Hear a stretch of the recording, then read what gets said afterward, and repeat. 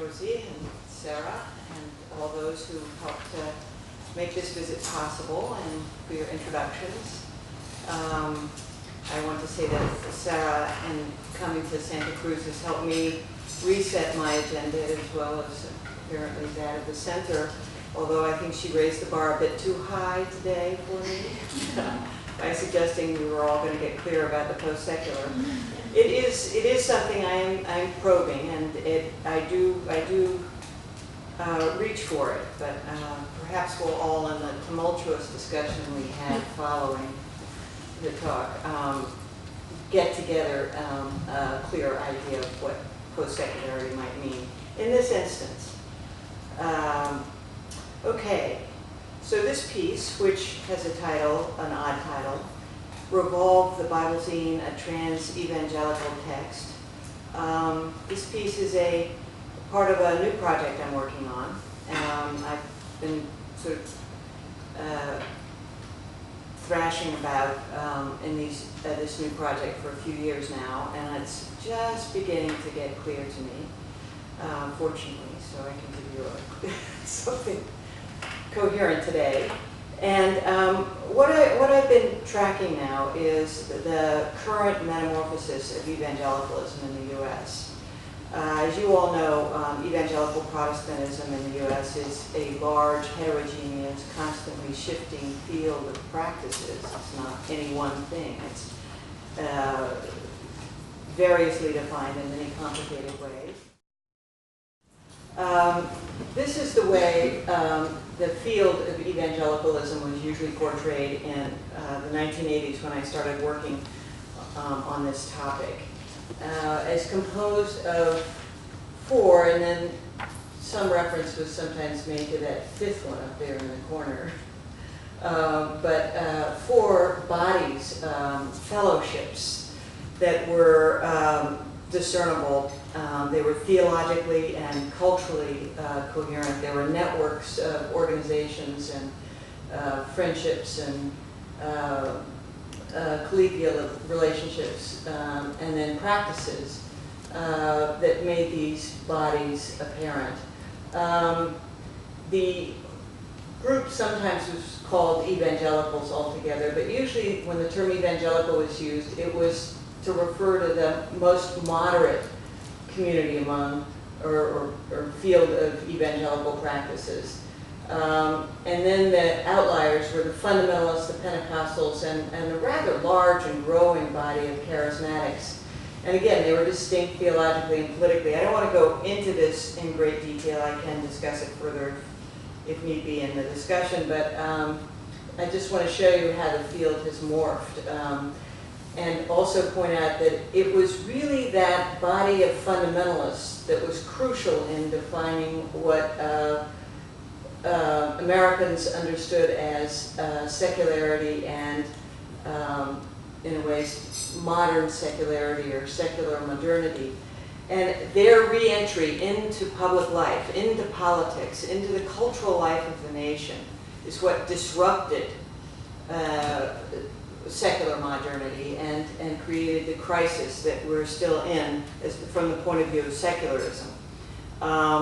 The secular contract was, you people stay out of politics. You are unfit for modern public life.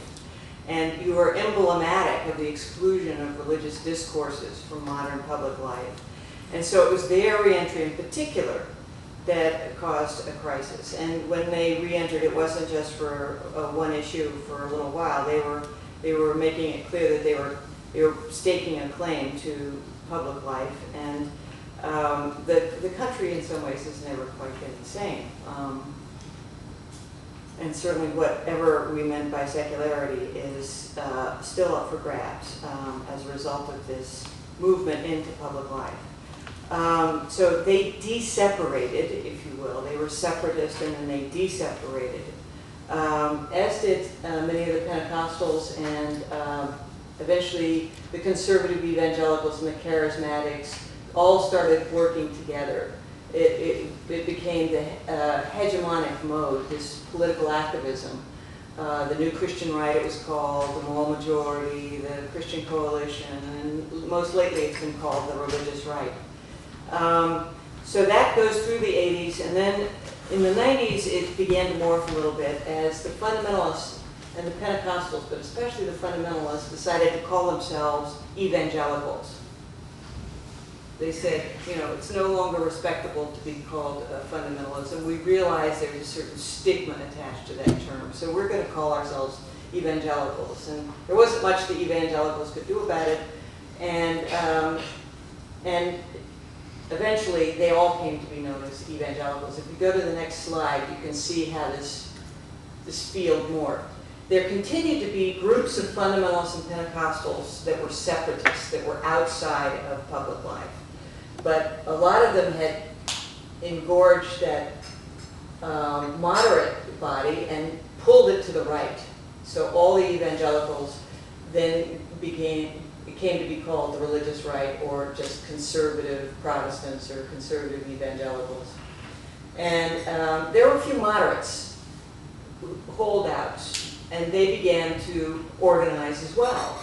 And so there's a lot of people, a lot of churches left the Southern Baptist Convention, for example, when it was taken over by fundamentalists. These were the terms that were used. And there's that little left up there. It's still there, but quite lonely. Generally through the 90s, and especially in 2000 and 2004, there was this illusion of evangelical unity. It was everybody, and all of evangelicalism was the religious right. And they just forgot about everybody else. I say 2000 and 2004 because those were the great years of the collaboration with the Republican Party, and they came to feel as if they had a president for the first time in their history, and so did the rest of us who were not part of this movement. And at that point, I would say liberals and leftists who'd been disturbed, frustrated, critical, started writing books in large numbers. And there was a great theocracy scare, and a spate of books came out that it's now called the Neo-Atheists. Just saying, we're not only not going to respect your brand of religion, we are going to promote atheism, and there's nothing to be ashamed of, and we became in a way more European. But that very quickly gave away, and that's what I'm looking at now. My response to all this fear-mongering was to say, now wait a second, it's probably more complicated than this. And I started tracking new voices and new figures that were emerging under the rubric of evangelicalism, but on the fringes, not really the moderates, but not the left. I mean, there was great discontent in the land of evangelicalism, and this manifested itself in many different small ways, but eventually it's become visible. And if you want to go to the next slide, I'll just say a few things to give you the big picture. Now that the field of evangelicalism has gotten more complicated all over again. The religious right is shrinking. The sense that the religious right is in charge is dropping rapidly, and it's almost as if, you know, they went under a lot of rocks very quickly. And this is just happening in the last year, really, because the journalists have gotten wind of the shifts and they're writing about it in a big way. But this resistance or critique, or more a matter of changing the subject of evangelicalism, the shift away from the religious right concerns. It began in the mega churches, these huge churches that were built up. Some of them are affiliated with the religious right, but many of them separated away from that and wanted to be engaged in public life in a more routine and prosaic way that was less narrowly political. And then the Christian popular culture has been growing: music, movies, books, magazines, and something called the emerging church movement as well, And then the progressive evangelicals appeared. They started calling themselves progressives, and that's now seen to be growing. Sometimes they're called liberal evangelicals. The whole wing that, now the sense of what evangelicalism is about is shifted toward the middle, and there's some sort of liberal to left fringe, and they even have begun to recognize their connection to liberal Protestantism. So it's just to give you the kind of quick overview, and there's some just a few little notes. Here's a picture of you've heard of green evangelicalism. They've become very active in the environmental movement. Evangelicals have. There's an assortment of ways. This is the strangest alliance. This is Pat Robertson, one of the famous 1980s religious right evangelicals, sitting in a couch with Al Sharpton, a well-known African-American firebrand preacher, usually thought of as fairly left. And they're sitting on a couch together saying, it's American to disagree. It's also American to come together in the face of a challenge.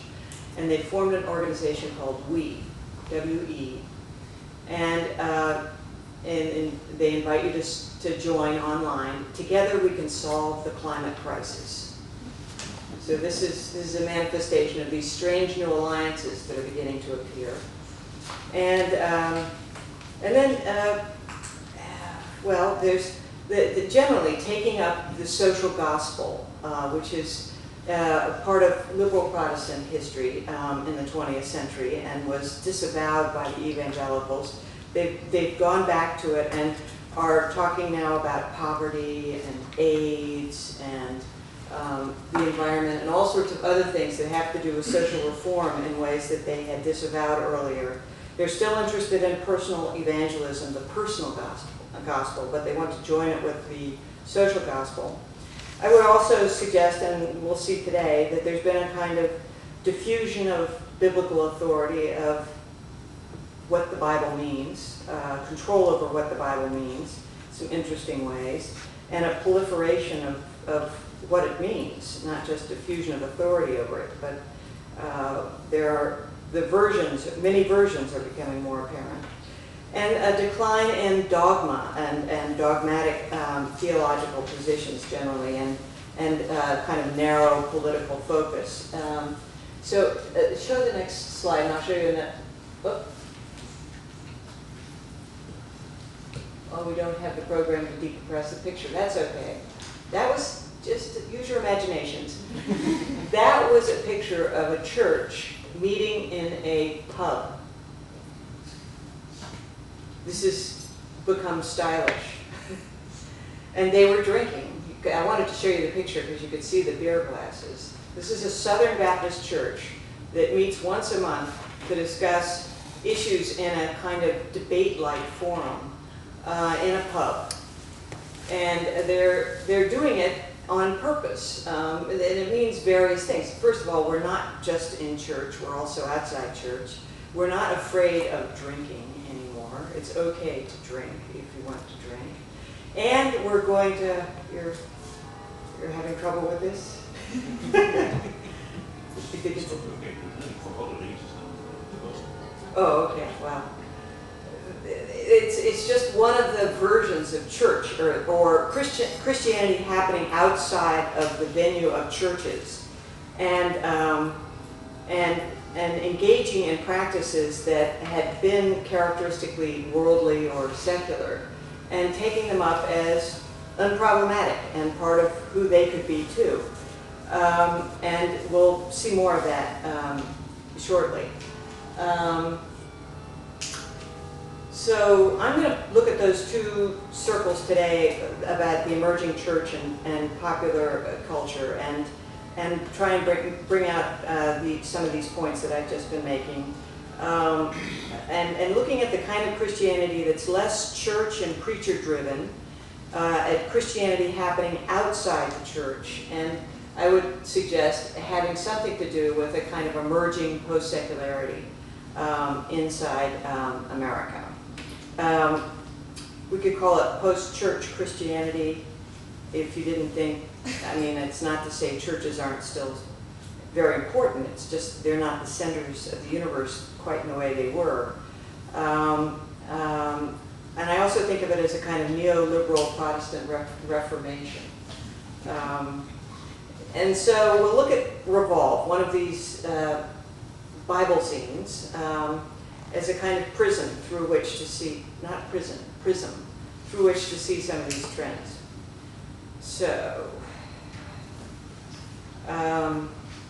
Revolve sold about 30,000 copies in the first month after it was published in 2003, and over 400,000 copies in the following year and a half. The next slide. And it was first published, and it was the first Bible zine published in a whole line of Bible zines, of Bibles formatted as glossy magazines. And they were published by Thomas Nelson Publishers and niche marketed to teen girls and boys. That's Revolve and Refuel for the boys over there on the left.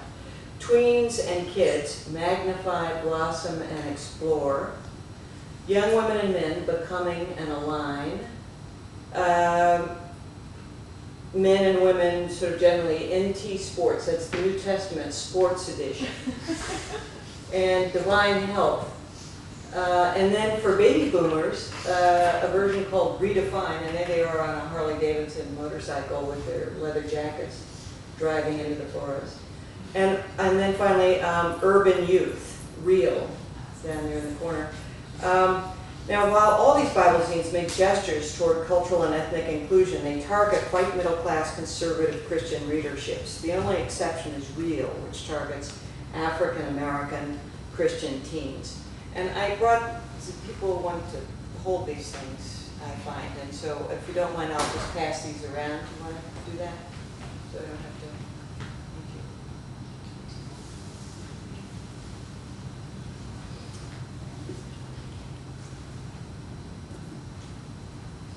thank you. And then the next slide too, please.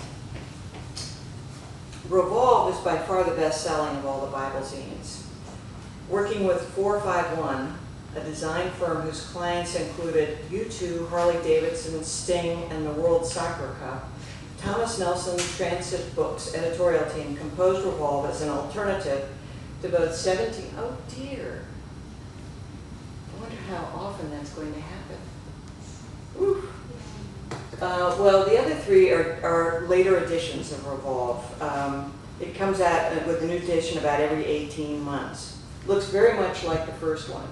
Just three different girls, more ethnic in the next versions, but with great big teeth, as in the first one. So this is an alternative to both 17 magazine, which is a very popular teen girl magazine in the United States, and the iconic black leather Bible for Christian girls who are not reading their Bibles. God isn't in a leather Bible at all times. He's not some God in a box. Has to come in a leather flex edition. He's all about meeting people where they are. That's what Revolve is. Meeting girls, teenage girls, where they are means juxtaposing biblical text with lots of photos and smiling girls and guys, quizzes, advice columns called Blab, and sidebars with titles like Beauty Secret, Guys Speak Out, Relationship, Top 10 Random Things to Know About Being a Revolve Girl, and Have a Blast. And I'd like to play the advertisement that this design team, 451, which is 451, it's a reference to Ray Bradbury's book. I read the Bible because it seems old and, doesn't apply to us. It's like Shakespeare. It's so complicated. People are just automatically just turned off. They see the Bible, they're just like, no, so many words, and it's not really applying to me. That's about me. Problems. Because I don't know how to start. Out of our youth group, there might be maybe 10 that read it regularly, out of 70, maybe 2 that read it every single day. Coming to church doesn't make you a Christian anymore than walking into McDonald's and makes you a hamburger.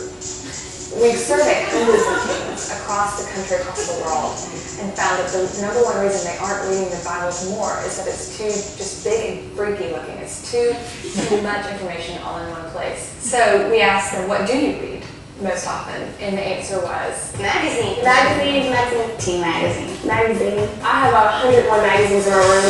The Revolve Bible is a Bible that looks like a teen fashion magazine. It's the complete New Testament with hundreds of notes and sidebars and quizzes and advice from experts for teen girls. It looks like a fashion magazine. What's the next thing about girls? I mean, look at that. That looks interesting, doesn't it? It has beauty secrets. Beauty secrets are always good.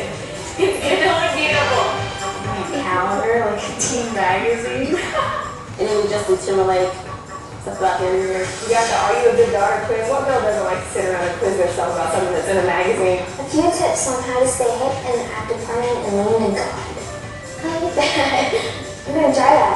That's so good. I think my favorite part is truth or dare. It dares you to do radical stuff that you wouldn't think about doing, and it takes it from Matthew. That's cool. And it's all in the New Testament. You never knew that before.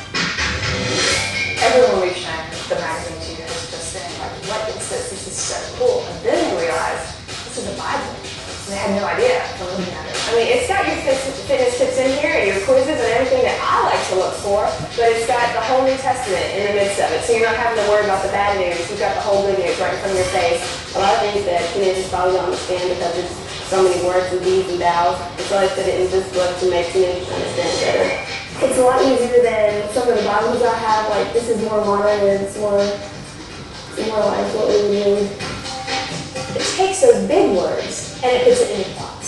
So instead of sanctification, you might say, become right with God, or become more Christ-like, or become more like Christ. They rephrase it to make teenage girls understand it more. You know, because this is how I talk.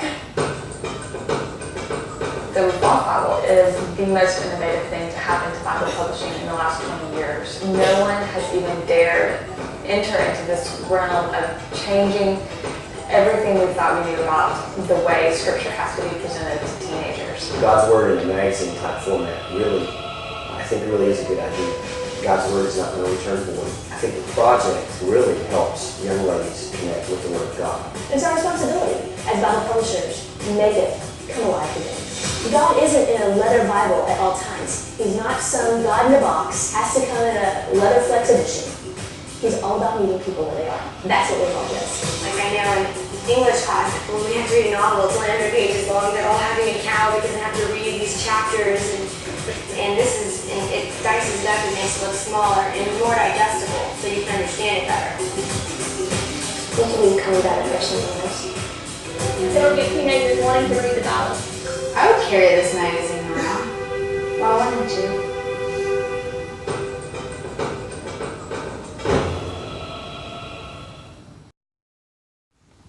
So, as you can imagine, Revolve stimulated a good deal of media and some scholarly attention and controversy after it came out in 2003. The questions most often posed were, what is it? What is Revolve? Where did it come from? What does it mean? Answers included, it's material Christianity, it's Bible marketing, it's female magazine culture, it's heteronormative evangelical gender politics as usual, or it's something new. It's an extreme moment in niche marketing the Bible, which has been proliferating since the 1970s. Or it's an extreme response to growing evangelical anxiety about the direction youth and youth culture are taking. Much of the attention focused on Revolve's juxtaposition of the Bible and teen magazine culture. Most of this attention was worried, skeptical, or critical, but some of it was curious and inquisitive, intrigued by the oddly at ease oxymoron that Revolve seems to be. And that's the thread of attention I wish to pick up here and pursue. Revolve incites a readings that police it back into binary categories of secular modernity like sacred, profane, secular, and religious, or that reject it as an illicit misfit, but it also invites a reading that opens up its potentialities. Can we discern in Revolve traces of anything other than what we expect? Traces of a kind of aestheticized vernacular and less dogmatic faith, of a more dispersed, felt, and female biblical authority, of subjects who are not Christian girls, but girls who are Christians, of a version of postsecularity in which secular religious contact zones, rather than secular religious boundaries, are foregrounded. Revolve may be read in ways that fulfill secular modern expectations. My work here is to resist those expectations in order to explore what might lie beyond the high modern secular horizon that defined public 20th century life in the United States. The religious right persists, of course, but it is increasingly evident that it is only one of many kinds of evangelical intervention in the cultural, political, and economic life of the nation. Through a proliferating array of rhetorics, soundscapes, aesthetics, sensibilities, and modes of piety, these and other interventions are eschewing politics as usual and staking more modest, mundane, and potentially commensurate claims to the cultures of secularity. Evangelical Christians are beginning to appear as public figures, or figures in public, who are partially legible in terms of liberal individualism and consumer capitalism, and who may harbinger a regime of post-secularity of the sort imagined by Sarah Bachke and Chantal Mouffe and William Connolly and Talal Asad and others, a kind of agnostic pluralism that includes rather than excludes visceral registers of all sorts, including religious. Among these figures are the women and girls who create and inhabit the intimate public of the Bible zine Revolve. Bible zines overlap with the conservative edge of the emerging church movement within contemporary white American evangelicalism. They are marketed to a more conventional conservative evangelicals than the emerging church is. And as one emerging church leader told me, the teens who come to her church do not read Bible zines because they are, quote, her church people, the teens who come to her church are so far outside the church culture bubble that they are still figuring out what they believe. Still, both phenomena, the Bible zines and the emerging church, recognize and engage with a now commonly perceived cultural shift, which the emerging church leaders, above all, have articulated very forcefully. Now, the emerging church is not a movement in any organized sense of the term. It's more a sensibility, one that is reaching beyond those who explicitly identify with it. According to insider accounts, the sensibility arose in the late 1990s out of conversations among a network of evangelical youth ministers who were trying to engage an emerging generation immersed in the postmodern. Let's see if the next slide will work. There we go. This is a chart taken from a book about the emerging church by Dan Kimball. And he's trying to distinguish the postmodern, or he calls it a post-Christian era too, from the modern era. These are some of his words about it and some from elsewhere, but there's quite a language developing around this phenomenon. And the shift that they say underlies it. These emerging church leaders had found that, quote, the rules have changed. Everything you believe is suspect. The world is up for grabs. Welcome to the emerging postmodern culture, a free zone of rapid change that places high value on community, authenticity, and even God, but has little interest in modern, Western-tinged Christianity, end quote. So the youth ministers began to, quote, rethink church and deconstruct the modern contemporary evangelical ministry strategies and formulas they had inherited. They theorized their situation not as a generation gap, but as a cultural shift from a modern to a postmodern world that required them to change their view of culture. They rejected both the early fundamentalist formula of worldly separation and the evangelical charge to change the culture. In the words of one theology blogger, emerging church leaders don't give people a taste of culture to lure them in and then attempt to change them, but they are the culture. Those under the influence of the emerging ethos repudiate, often explicitly, the religious right and its culture wars, and are dissatisfied with the way evangelical Christianity has come to be perceived and indeed truly is. That's also a quote. Dan Kimball was one of the youth leaders who helped articulate the perceived cultural paradigm shift over the last decade. Next slide.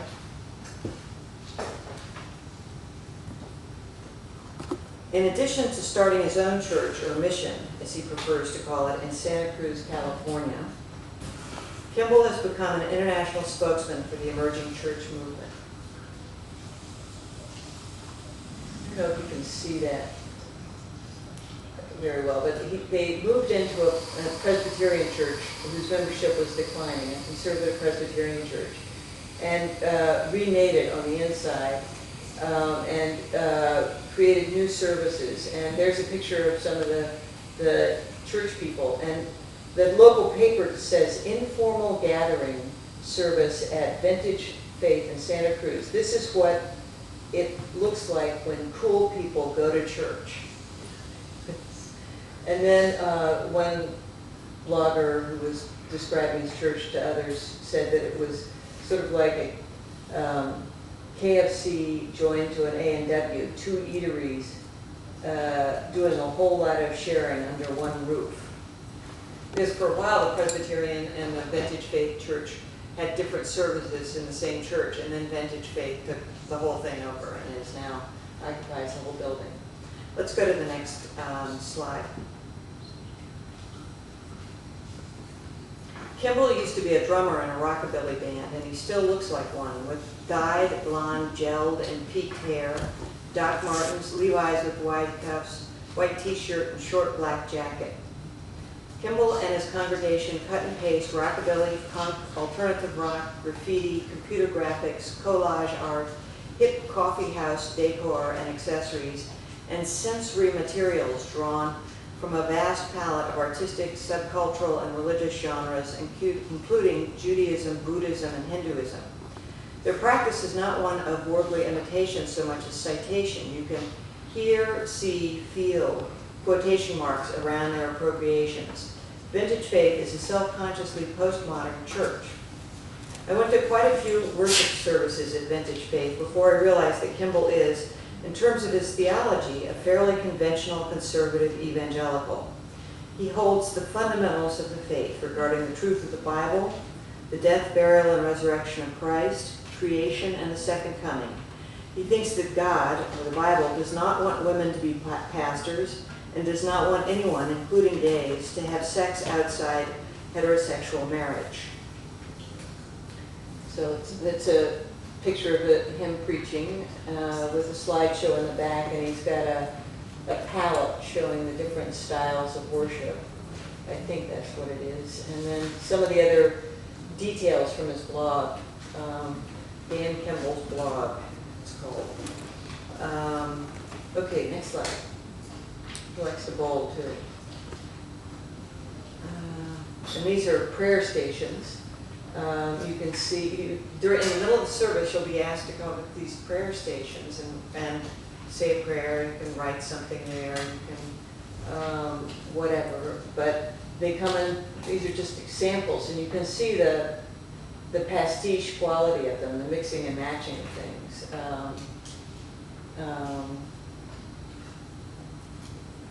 In the different pictures. Let's go on to the next slide.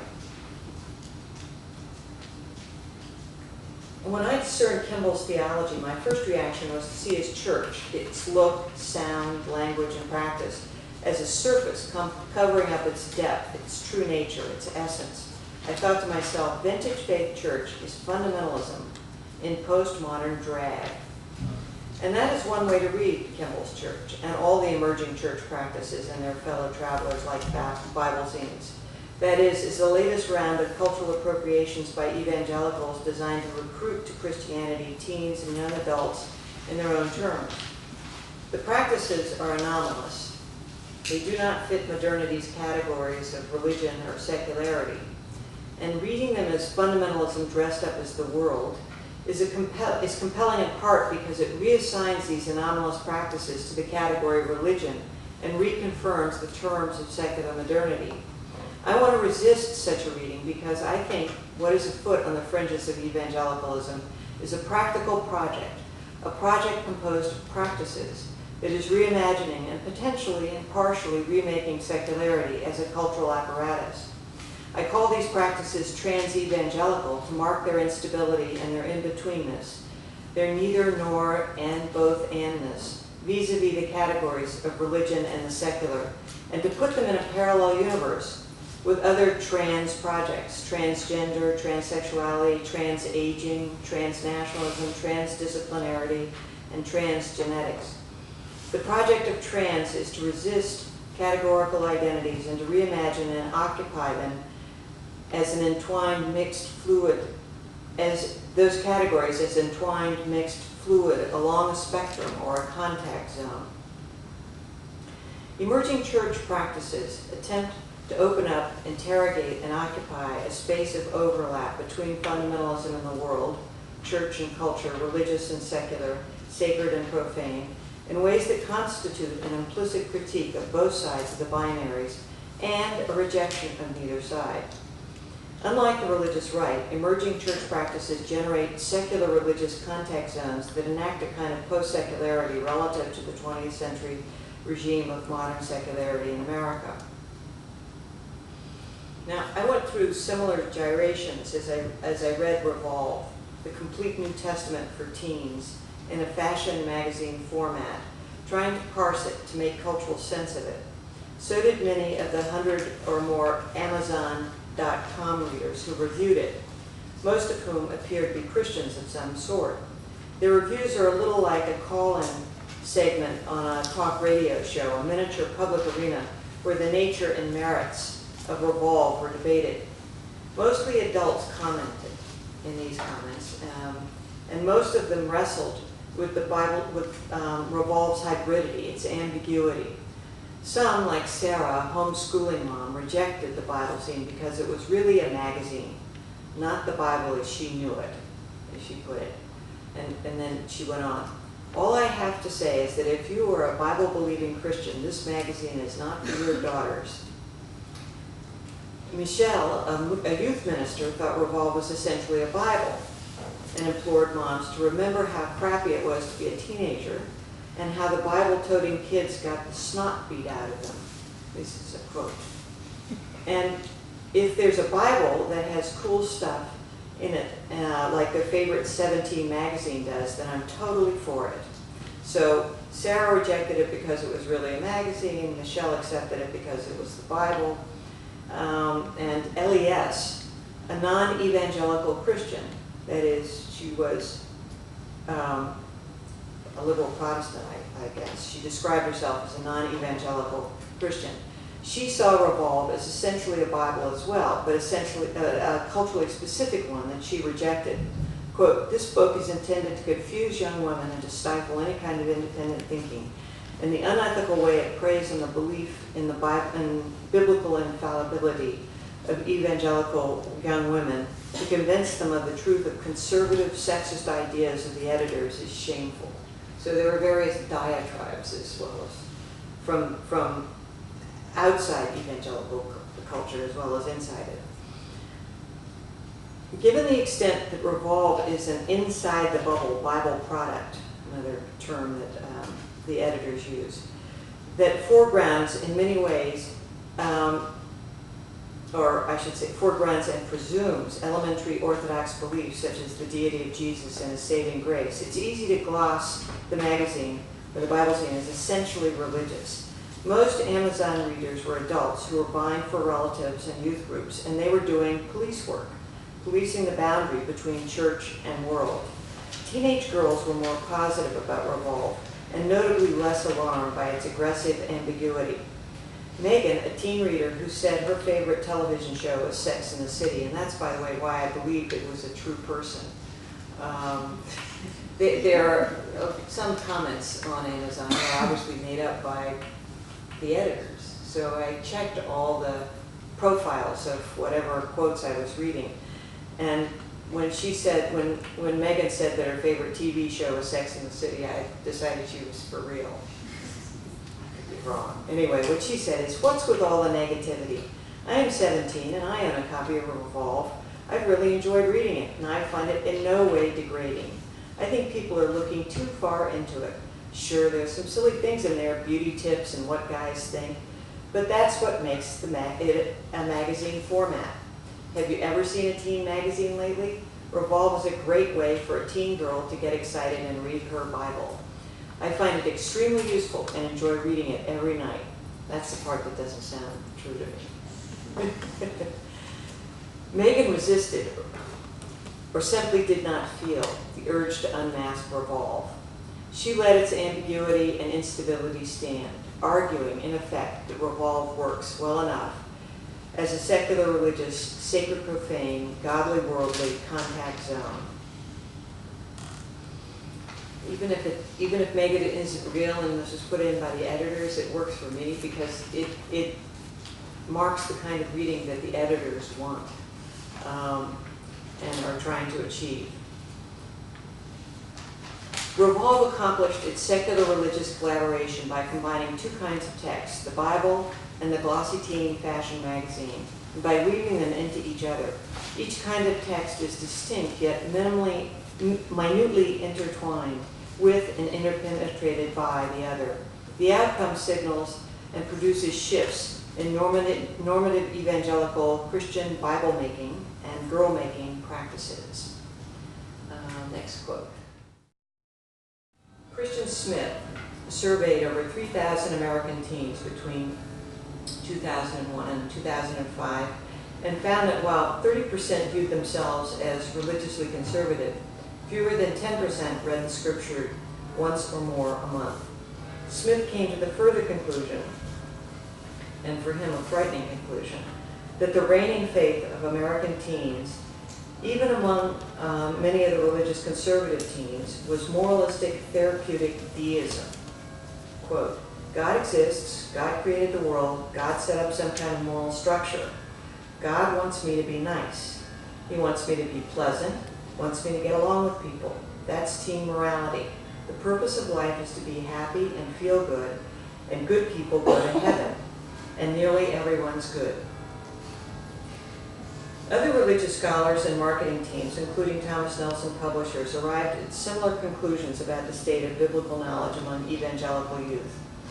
Thomas Nelson and Revolve are trying to reach the evangelical girls among the 20% of teens who are conservative and church-going, but who do not read the scripture. Teen girls told Lori Whaley and her co-editors at Transit Books that they did not read the Bible because it was too big and freaky-looking and intimidating, and they didn't have a clue where to start.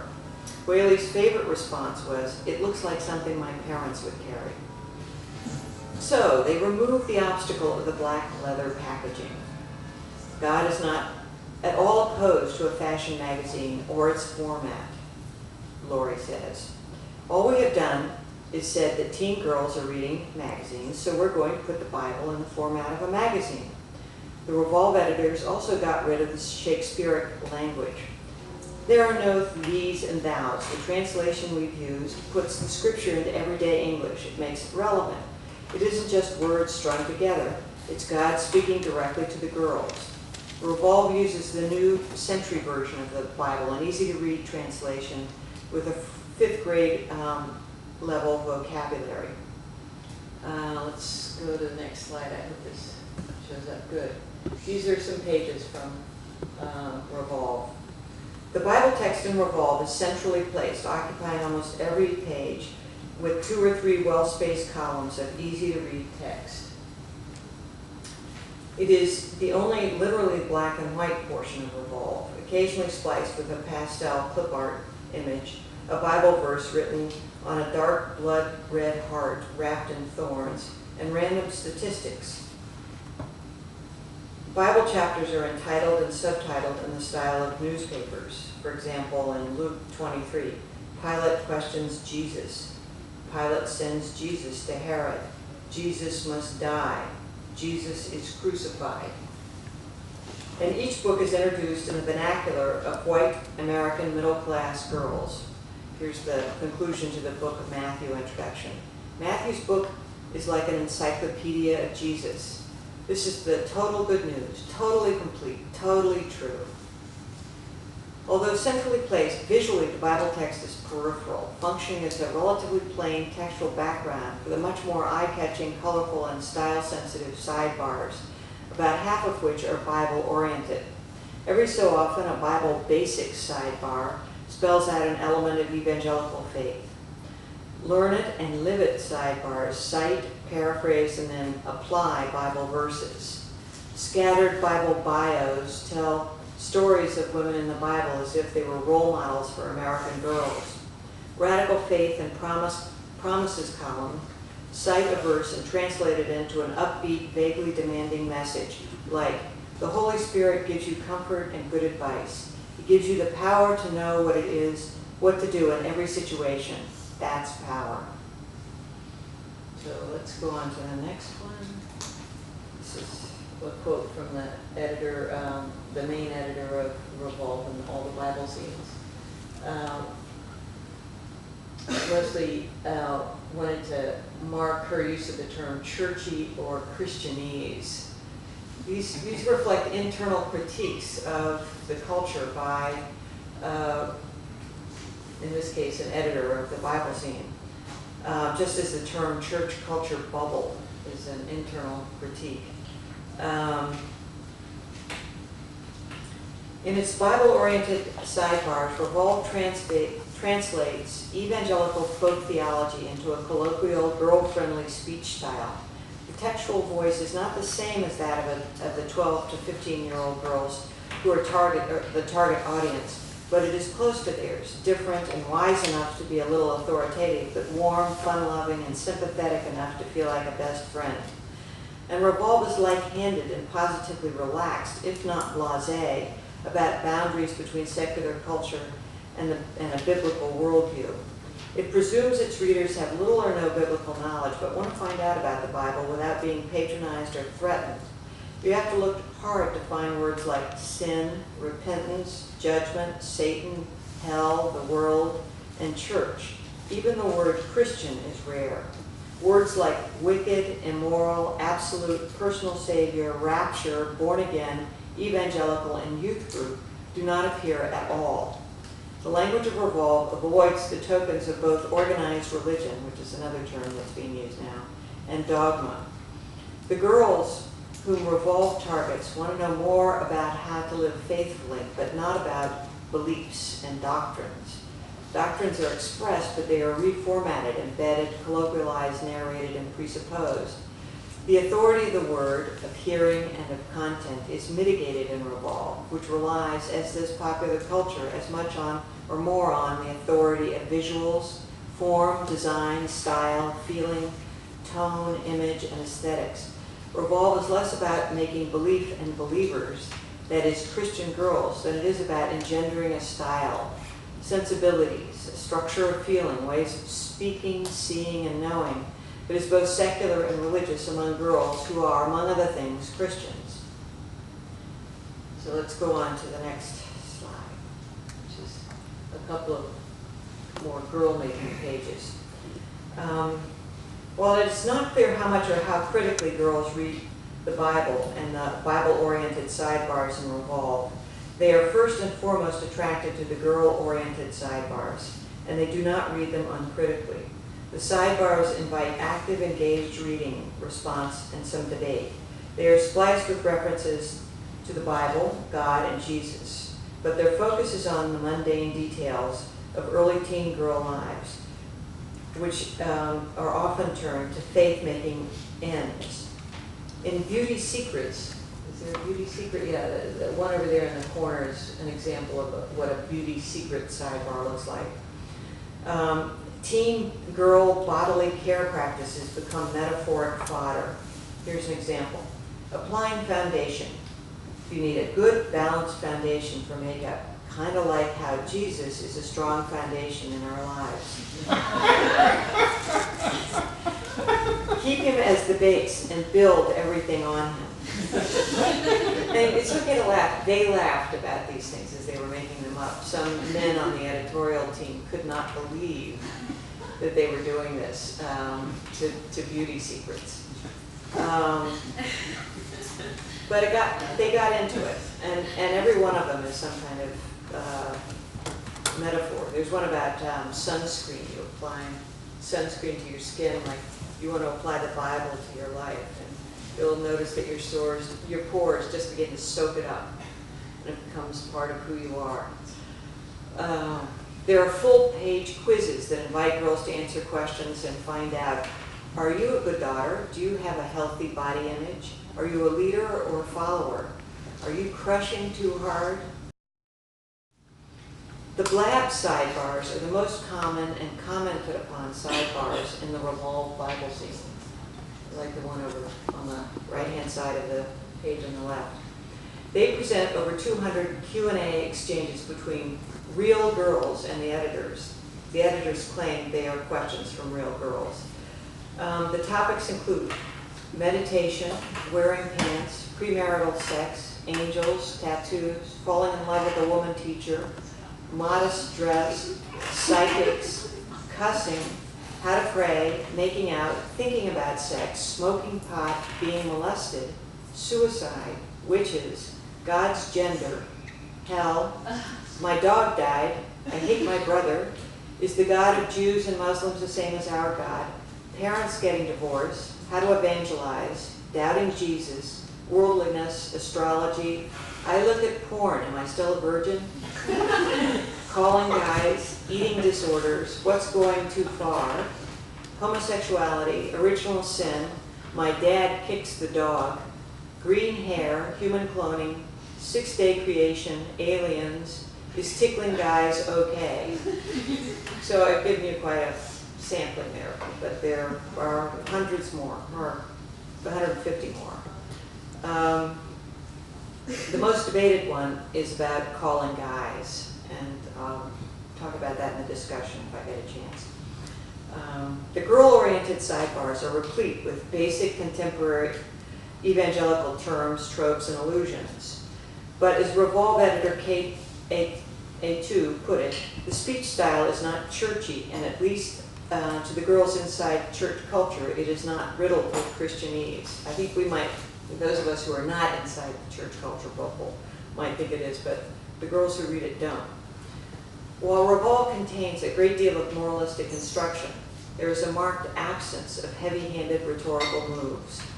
Girls are given to understand in no uncertain terms that some things are right and others are wrong, but delivered as it is in a breezy, colloquial, teen, girl-friendly voice, it sounds more like good advice than authoritarian rules. Relative to much of the conservative evangelical language directed toward teen girls, Revolve is affable, not bossy. It is about feelings, insights, questions, anxieties, choices, puzzles, priorities, thoughts, wishes, problems, rivalries, traumas, bad habits, and good habits. It's a kinder, gentler, ever so slightly less conservative evangelical sex, gender, marriage discourse, suggesting to girls who already want to be good how they can behave modestly and still have loads of fun, how they can be good daughters and sisters in a way that includes standing up for themselves when a parent or sibling does something wrong, that they should try to do a little something to help places and people who need it, and these are in check it out boxes. I'll say more about them in a minute. That bad things sometimes happen to good girls, and these are discussed in issues boxes and blabs. And when I say bad things, I mean rape, incest, suicide, and that they need to choose wisely. That while they need to choose wisely, the worlds of popular culture, work, and public service are wide open to them. Revolve combines pop culture and Bible truthiness and generates a tone of hip wholesomeness. It makes being good seem cool. When the issue of teen pregnancy is raised, girls are advised what their options are. Abortion is not mentioned as one of them, but it is not used as an occasion for a pro-life polemic.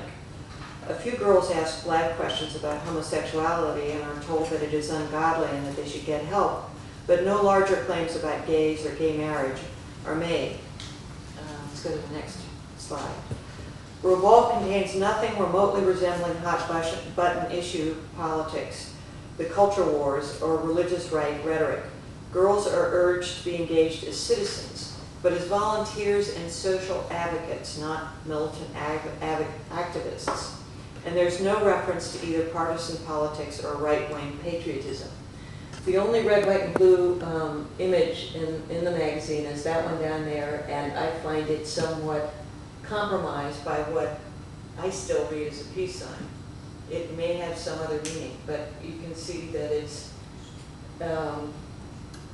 not right-wing red, white, and blue.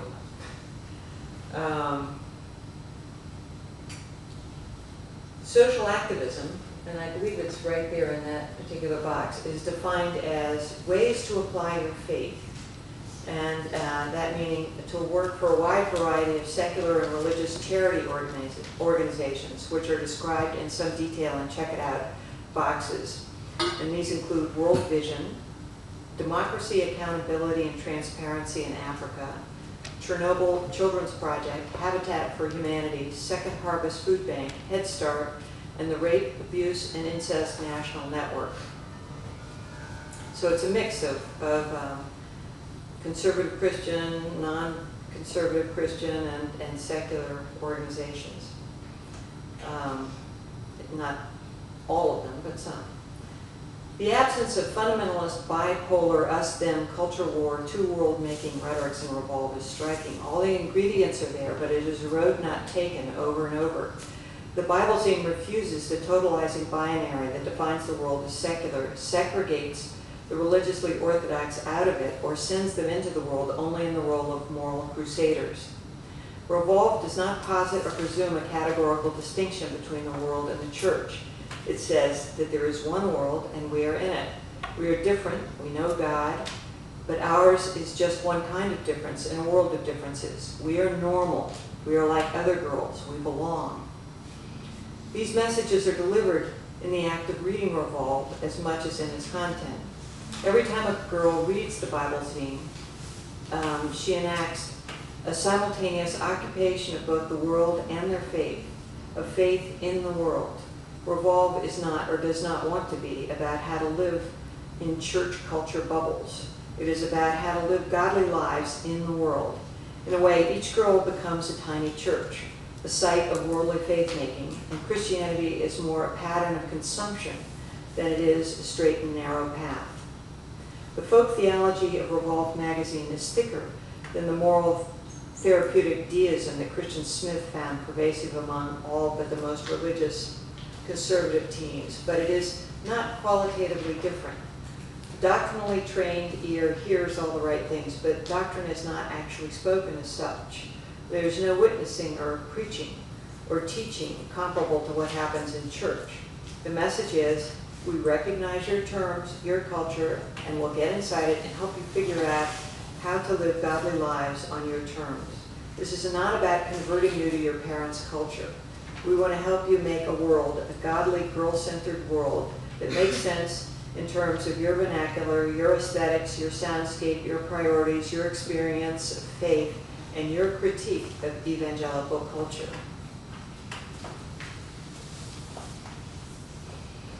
In a loose way, Revolve reproduces the hierarchical, dialogic speaking positions of introductory conservative Christian discourse. The teen girl readers occupy the listening or lost position, and biblical authorities occupy the speaking or saved position. But as Paul Kuchar points out, the editors are not actually authorized. They are not literally by biblical authorities. Indeed, it is not entirely clear who the authors are in Revolve. There are no bylines for any of the supplementary material, and the only source cited is the Bible. The human authors of Revolve are, in fact, the creative team of editors and writers, almost all of them women, listed in the masthead. So those speaking on behalf of the Bible, of God, in Revolve are unorthodox in the sense of being unlicensed. The only institutional authority they can call on is that of the publisher, Thomas Nelson. Thomas Nelson is not a church, not a pastor, not a theological school or pastoral network or denomination or even a church, but a publishing house, a multi-million-dollar corporation. The authors of Revolve's supplementary text do not pose as specially authorized to speak on behalf of God. Apart from the fact that they are female, we know nothing about their affiliations. Nor is the listening position in Revolve, that is the girls, figured according to conservative Christian discursive conventions. The girls are not really cast as lost or sinners. They are not addressed as homogeneous and passive. The girls have voice and voices. Like the women who make Revolve, they are vocal, visible, although unnamed, audible and in some fundamental way, making themselves as religious subjects and prying open living spaces for themselves within popular culture. Revolve represents a dispersion of biblical authority and a reduction of the distance between the saved speaker and the lost listener of Christian discourse. Perhaps it augurs a limited return of the priesthood of the believer, or the latest post-church-centric stage of the low-profile neoliberal Protestant Reformation going on in America. At the very least, it represents a more female and everyday life-centered and slightly less gender-stratified version of evangelical Christianity. Revolve came out in 2003 and soared to the top of the sales charts during the heyday of the religious right, its culture wars, and the George Bush presidency.